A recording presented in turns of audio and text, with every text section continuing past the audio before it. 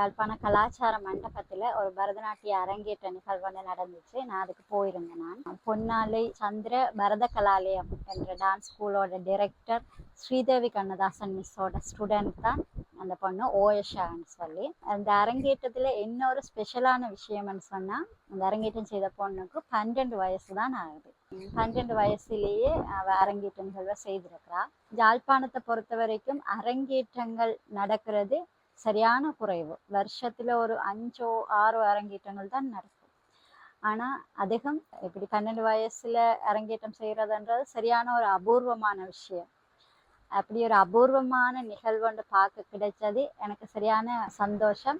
அந்த சந்தோஷத்தை உங்களோட பகிர்ந்து கொள்ளணும் என்றது மட்டும் இல்லாமல், அந்த அரங்கேற்றத்தில் நடந்த சில சிந்திக்க வைக்கக்கூடிய விஷயங்களை உங்களோட பகிர்ந்து கொள்ளணும் என்று நினைக்கிறேன். அதுக்காகத்தான் இந்த வீடியோ. இந்த அரங்கேற்ற நிகழ்வில் இந்த பொண்ணு செய்த உருப்படிகள் எப்படி இருந்துச்சு, எப்படி இல்லை என்றதை பற்றி அந்த விமர்சனமாக நான் சொல்கிறதுக்கு இதில் வரல.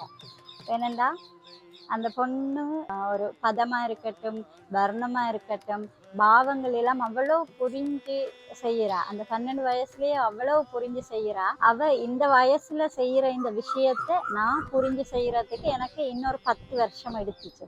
நான் ஒரு 22 வயசுக்கு பிறகு தான் நான் இந்த அளவுக்கு செய்தேன் என்று சொல்வேன். அப்போது எனக்கு அந்த பொண்ணு எப்படி செய்தா என்ற விஷயத்தை இதில் பகிர்ந்து கொள்றதுக்கு அதுக்கான தகுதி எனக்கு இல்லை. ஏன்னா என்னை விட ஒரு 10 வருஷம் அவள் அட்வான்ஸ்டாக தான் இருக்கான். அதனால நான் அந்த விஷயத்தை பகிர்ந்து கொள்றதுக்காக வரல. அந்த அரங்கேற்றத்தில் நடந்த நல்ல விஷயங்களை எல்லாருக்கும் சொல்லணும் என்றது மட்டும்தான் என்னோட நோக்கம். இந்த அரங்கேற்றத்துக்கு நான் என்னோட டான்ஸ் ஸ்டூடெண்ட்ஸையும் கூட்டிகிட்டு போயிருந்தேன். அவங்க அந்த அரங்கேற்றத்தை பார்த்ததுல இருந்து அடுத்த நாள் கிளாஸஸில் கூட அவங்களுக்கு எப்படி இந்த பொண்ணு சின்ன வயசுல எப்படி இவ்வளவு அழகா எல்லாத்தையும் புரிஞ்சு எப்படி செய்யறான்னு சொல்லிட்டு ஒரே கேட்டுட்டு இருந்தாங்க என்கிட்ட. அவங்க அப்படி ஆச்சரியப்படுறது சரிதான். ஏன்னா அவள் அப்படித்தான் செய்திருந்தா. பாவ உருப்படியா இருக்கட்டும், நிறுத்த உருப்படியா இருக்கட்டும், அந்த 12 வயசுல இப்படி செய்யறதுன்றது ஆச்சரியமா தான் இருந்துச்சு. அவங்களோட குருகிட்ட அந்த பொண்ணு அவ்வளவு டெடிக்கேஷனாக படிச்சிருக்கிறா. அரங்கேற்றம் செய்யும்போது அந்த பொண்ணோட டேலண்ட் மட்டும் இல்லாமல் அந்த டீச்சரோட டேலண்ட்டும் தான் அதில் தெரிய வருது. இந்த பிள்ளை அவ்வளவு அழகா இந்த ஆற்றுகையை செய்யறதுக்கு முக்கியமான காரணம் பக்கவாத்திய கலைஞர்கள். பக்கவாத்திய கலைஞர்கள் எல்லாருமே அனுபவத்தில் ரொம்ப பெரியவங்க. அவங்களோட சப்போர்ட், அந்த பொண்ணு ஒரு பயம் இல்லாம அவ்வளவு கான்ஃபிடென்ட்டா அந்த ஸ்டேஜில் ஆற்றில் செய்கிறான்னு சொல்லிட்டோன்னா அதுக்கு முக்கியமான காரணம் இந்த பக்கவாத்திய கலைஞர்களோட நேர்த்தி. இந்த நான் கூட்டிட்டு போன பிள்ளைகள் வந்து அந்த அரங்கேற்றத்தை பார்த்ததுல இருந்து அவங்களுக்குள்ளேயும் ஒரு விருப்பம், நாங்களும் அரங்கேற்றம் செய்யணும் அப்படின்ற ஒரு விருப்பம் அவங்களுக்கு வருகிறது. இப்படியான நிகழ்வுகள் நடக்கும்போது அதுகளை பார்க்கும்போது தான் அவங்களுக்குள்ளேயும் ஒரு ஆசை வருகிறது.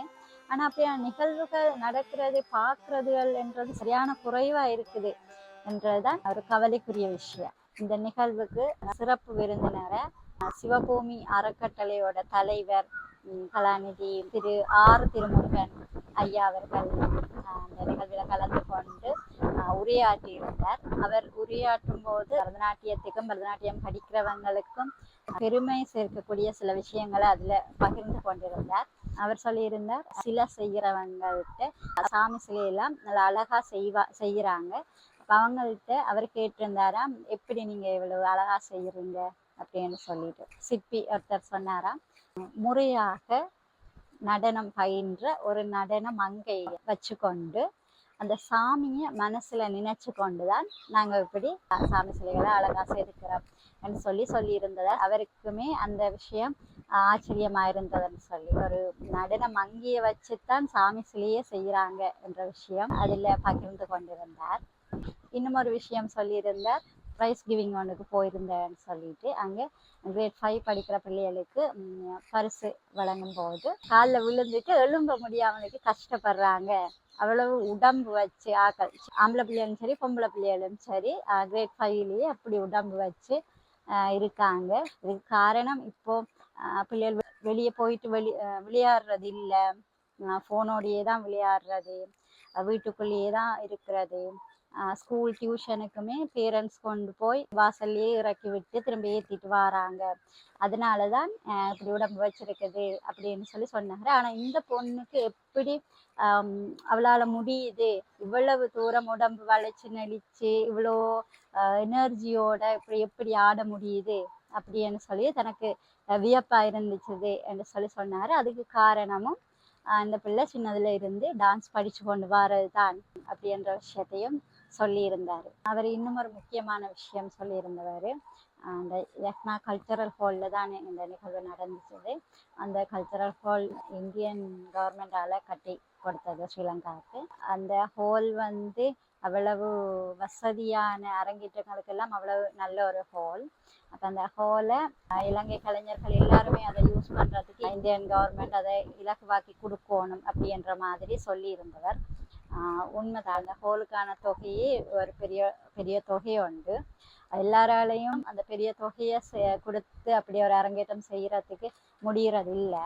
இந்த ஹோல் அப்படி இன்னும் கொஞ்சம் இலகுவா இருக்குமா, ஆனால் இன்னும் நிறைய பிள்ளைகள் அதில் அரங்கேற்றங்கள் செய்வாங்க. இந்த நிகழ்வில் இன்னும் ஒரு அழகான விஷயம் ஒன்று நான் பார்த்திருந்தேன். நாங்கள் அந்த ஹோலுக்கு போனதுல இருந்து உனக்கு நின்று வரவேற்கிற பிள்ளைகள்ல இருந்து எல்லாருமே அவ்வளவு பக்குவமா அவ்வளவு மரியாதையா, அந்த ஸ்கூலோட பிள்ளைகள் தான் ஒரே மாதிரி யூனிஃபார்ம் சாரி எடுத்திருந்தாங்க. நிறைய பிள்ளைகள் எல்லாரையுமே, சின்னவங்க பெரியவங்க எல்லாரையுமே அவ்வளவு மரியாதையா முன்னுக்கு இருந்து கூட்டிட்டு போயிட்டு உள்ள இருத்துறது வரைக்கும் ஒவ்வொருத்தரையும் கூட்டிட்டு போயிட்டு அவங்களே கூட்டிட்டு போயிட்டு இருத்தினாங்க. இதெல்லாம் கலை படிக்கிறதுனாலதான் அந்த மாதிரி ஒரு பக்குவம் பணிகள்லாம் அந்த பிள்ளைகள்கிட்ட இருக்குது என்றதை நான் நம்புறேன். அந்த டான்ஸ் ஸ்கூல் டீச்சருமே அவங்க அப்படி வளர்த்தி இருக்காங்க. ஒரு டீச்சர்கிட்ட சொல்லுக்கு கீழே எவ்வளவு பேர் நின்று செய்ய பெரிய பெரிய கல்யாணம் செய்தவங்க குழந்தைகளோட எல்லாம் இப்படி நின்றாங்க. அவ்வளவு பேருமே டீச்சரோட ஒரு சொல்லுக்கு கீழே அப்படி நின்று செய்யறதுன்றது நல்ல விஷயம்.